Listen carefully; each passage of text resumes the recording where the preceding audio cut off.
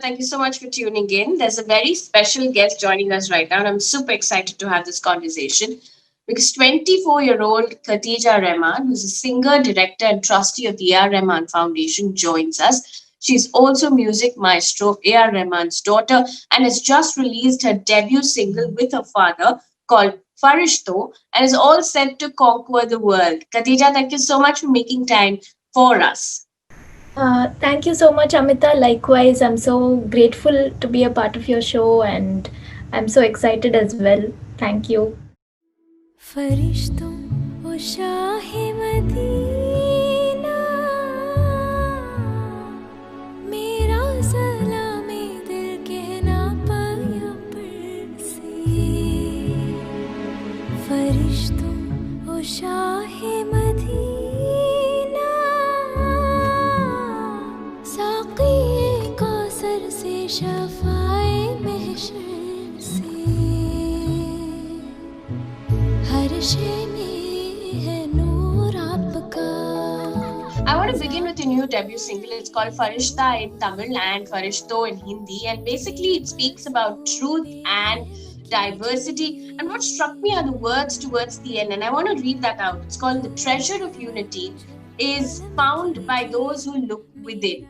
First of all, take us through how personal this song was for you and also how much of your life experience went into the song.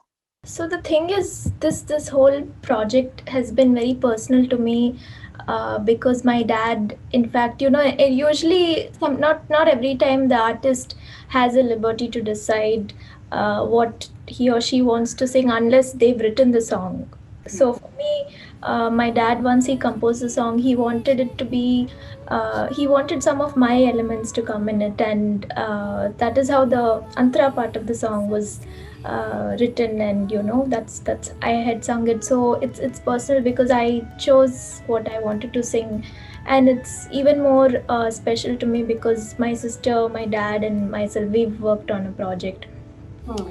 So a lot of members from my dad's team have worked, so it is more feels like home. And you have that ownership, and I think that is why it is personal. And always I think as we grow older we become very introspective or reflective about life, and I am also going through the same phase, and I'm sure you would be able to relate to me as well. You were taught a lot of things, but then you realize things could be this way, or things are not the way you were taught, or I don't know what it is. But Hmm. so I think it is, as I'm in my early 20s, it's just that the normal it's normal, I guess. I spoke to a lot of people and they said it's normal, so that's about it. And if I can actually, try and take this one step further and ask you, what were those elements that you could actually draw in from your own journey that you were allowed to? You said. I think right from the smallest things, like the things which I learned when I was young was, even if you move a hurdle from somebody's way, that will take you to paradise. So the fact that there is a boulder and she moves it for them, I think that is a huge thing. And also one more thing is, they don't see her strength as a insecurity, but they see it as a compliment and they pray for her. Hmm. uh, that is also something we wanted to talk about. And also the place where that she's thin and she's able to move something. I've gone through a lot because see, the thing is, oh, you're thin, and they think I'm weak or something like that. Only I know, but sometimes they don't understand that. So that is also something which actually fell in place, and I was happy because she's not on the heavier side, she's more on the lighter side, and she's able to push that. And I think that is one stereotype which we want to break as well. There are so many other things, and I think probably your experience about the video might be different, mine might be different, but this is just something small which I'm sharing with you all. Okay, so that's very well said. The fact that you're breaking stereotypes as well. It seems like there's a lot of thought that's gone into the video of the song itself because there is animation. So, what was the thought process in making this video as well? If you can give us some insight into that, and the fact that you've chosen animation, is it targeted towards children as well? Yeah, I think Yes, you're right. You got it right. It is targeted towards children as well. As you might see, not all children relate to the music videos which release, because probably it's not their genre, or I don't know what it is. So we just wanted something accessible to everyone, and that is why we created this. And as you must have heard, that we are inspired by Miyazaki style of animation, so that inspired us to create our own style. And that's something which we created. For example, all my experiences which are in the music video is what I was taught when I was very young, so it is like imprinted on a rock. It's not imprinted on the sand that it just goes. So that is something which I would say, that probably some good things about it, if it gets imprinted, then they might be able to make a good change, because diversity is shunned upon these days, and we wanted to talk about it. We did not want to get preachy, but to get in short in the most beautiful way.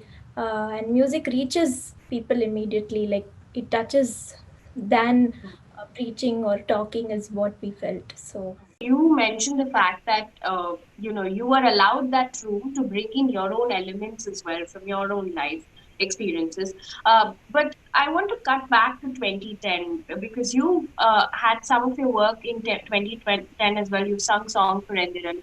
Uh, from 2010 to 2020, is there any difference? The fact that here you were allowed more room, is that the difference? And what was the difference between that work and this work, and working with your dad as well?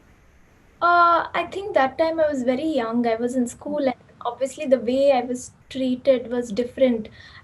And obviously, and now I'm an adult, and also that time I think I was just a beginner, and now as well. But at least like I'm old enough. So my dad's more strict. I feel that time he wasn't. He obviously he knew if he shouted too much, I would just go away, or create a tantrum or something. But now we are adults, and we know that we should own up if there is some feedback given.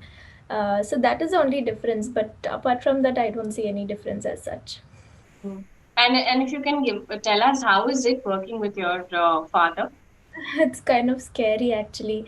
Very conscious and nervous, and then I got okay. So was super strict, and then he wants to make sure he doesn't compromise on the quality. So sometimes it just gets a little scary. Hmm. And also tell us, between 2010 and 2020, was it a conscious decision to sort of not work on any project, or did you like sort of take time off for your studies, or was it a conscious decision that you took that break and you've come back only in 2020? uh, I, to be honest, I didn't plan or think I'll come back or anything. And I'm usually not like a planner as such, that I should do such and such at this time. It just falls in place for me by God's grace, and whatever the plan is good. And I don't know why I probably got too overwhelmed after my song or first song or what, I don't know. During that time, I was focusing on non-profit work and school, college, and I was a youth Red Cross volunteer in school. So through that, I got an opportunity to intern with Adyar Cancer Institute. It's one of the finest cancer centers in Chennai. So that happened. So completely my track changed, and then now it's a blend of social work and music together. But happened for good, I guess. Absolutely, and you have a very, very beautiful voice, I must say. But I mean, you at the back of your head, you always wanted to continue music. I really never thought of anything, to be honest. Okay. And but I would just sing sometimes, hum or something like that. But Hmm. never like band, or I didn't even learn. I just went away, like totally path change. Whatever. Probably usually it's like when you're older, you take that break and come. But I was much younger when I took this break. But I don't know. I don't have an answer to it, but it just happened. I also want to talk about the controversy now. I know that you've gotten really tired of speaking about this. You said so yourself. But the fact that you are having to justify of making your own choices, how is it different now? Did the trolls impact you in the beginning, and how do you deal with it now?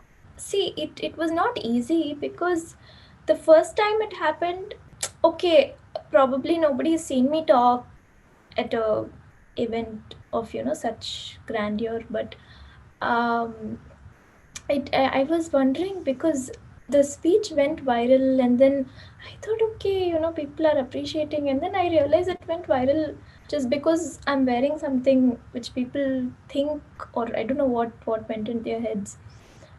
Okay, fine. The first one got over, and then again the second one from nowhere. It's like I was just randomly from somewhere it came. I kept quiet, and then after that, two, three people started cheering, and then I was like, okay, now I'll not keep quiet. When that person has so much guts to screenshot your picture without your permission, being a human rights, being in that sector, and then you're doing that, I was like, okay, now I'll not keep quiet. I was like, no. So the thing is, I was it was not easy for me because see, the thing is that especially when you're a person who doesn't intend harm, or when you're a person who's broad-minded, if you're the person, similar person, and then you get it back, it's different. But for me, after going entering college, for me, my mind opened up, and for me also it was different. But then college and school, I studied in a convent. So the thing is, it was overwhelming, and it was not easy because every time a lot of them said, oh, she has some skin issues, that's why she's not showing. Like recently I read some comments, it's like, is she even a woman? And also I felt very bad, but then eventually I realized that they'll continue saying every time the unknown or unseen things, people will continue saying that. And the fact that now the whole world is wearing a mask, now nobody wants to open their mouth. It's only because somebody chooses to do something they started. But if it is imposed or something, you see a lot of celebrities in Hollywood, in fact they are men only, they also don't show their identity. So I feel that it's a selective hatred which they are doing. Now I'm okay, but sometimes I'm also a human being. So especially you're doing it by choice, you're not forced. I understand if you're forced, and then but when you're doing it by choice, they think this is how the person should be, and they say something or the other. Even if you go, they'll say something. Basically a woman means she's subjected to something or the other. I've noticed that. I also want to ask you this because this is something, and this is in connection with what happened as well. You took to Facebook and you said that you couldn't not talk about it. And this is what you said. You said you're a mature adult who can make your own choices. The fact that you had to justify that. But we also saw your father also defending you. Did it bother you in some sense that, he had to do that as well? It bothered me because just because we are in the limelight, whatever we do becomes a gossip. You and me know it. So I felt bad because they accused him. They were actually openly blind because you see how my mom or sister is, or my dad's sisters are. Nobody is like me, so it's understood. But it same thing. It is a selective. I don't know how to say. If I think, in my opinion, if you look at something with dust in your eyes, you will see only what you want to see because there is dust in your eyes. No, that is what I realized. And I felt very bad. Some of them said, why should your dad go through this? I said, what should I do for that? Is it a mistake that I was born here? And why should that stop me from making my choices? No. And that brings me back to your video because your video is also about spreading positivity. And we know that we need it more than anything here in 2020 because it's not been kind at all. Do you believe that there aren't enough positive things out there? And especially on social media. And what do you do to sort of, take time out and just ignore the trolls per se? I don't deactivate like that. Given the things which are happening, it's sometimes not possible to go because constantly there's something ongoing. So I sometimes try to delete it from my phone. It's on another device. So I see that device sometime later. So that happens. But at one point of time, there was constant bashing, and there was too much happening actually. So earlier it would be a happy place, but now it's become a source of, you go see, and then it's like too much, it's too overwhelming, in fact. So I feel positivity and kindness is the need of the hour. Absolutely. And what is the response been for the song? Has it been overwhelming? What you're going to be doing next? Uh, the response has been great. Even today, somebody had posted stories or something is happening. I never expected so much love and support, and definitely, I'm grateful to all of them who've been supportive from the beginning, from the controversy, and till today, I'm grateful. Next, there are some ideas, but it has to be developed and let it happen because you don't know ideas can happen or not. So I hope something happens. So I think for this year, I think it is this song. I guess I don't know. It's within such a short span if we can do anything, but let's see. If you can give us some sort of message to women who are watching out there, who are on the fence, who are wondering what people are thinking, who are constantly worried what people will think, drawing from your own experience, what would you like to say to them? So I think I want to say that self doubt is normal. All of us have it, no matter how confident and how brave we appear. That self doubt. Sometimes beyond what people say, I think it is our inner mind which is our own enemy. It keeps telling us that we can't do certain things, or it tells us and gives our own limitations. And I think we have to break that. I'm also working on it. Not that I've succeeded, but I'm trying my best. And as women, I think um, we are targeted easily, whether it is women or transgenders. And I think we don't have to fit into today's beauty standards. In fact, one of my own friends or classmates, they would say that, seeing your eyebrows, I want to just make you sit and trim. It's as though, I have asked them for advice. So I think as women, we get a lot of unsolicited advice which is not needed, and we don't have to believe in it. I think we are beautiful and amazing the way we are. I truly believe it and I follow it. I don't worry about these things anymore. So I think we should be confident in whatever we do, because for me earlier, I think the way our body language, all that is so important, because uh, we shouldn't let anyone put us down. So I think the takeaways are, just we are just beautiful the way we are. We don't need anyone's approval or anything that way. And no matter what we are going through, I think it's important to ask for help. So Absolutely. I would never do that. So I think that is important. And because a lot of things, like even whether it comes to singing or mental health or whatever, I think when I've shared it, I felt better that the other person also has been in the same boat, because social media makes everything look perfect, picture perfect, that we think people have not gone through anything. The final result only is shown. Nobody talks about the process. So it's been a learning for me. I'm still in that journey. I've not reached the end yet. So and also, let's support and help each other always. That is the most important thing. And we women should never put our own folks down. So either like someone, talk to them, or just stay quiet. This is what I feel. And that's about it. It's like that saying, if you have nothing nice to say, don't say it at all.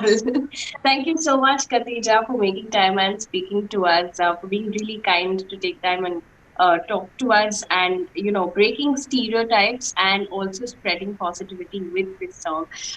Thank you so much, and all the best to you. Thank you so much. Great talking.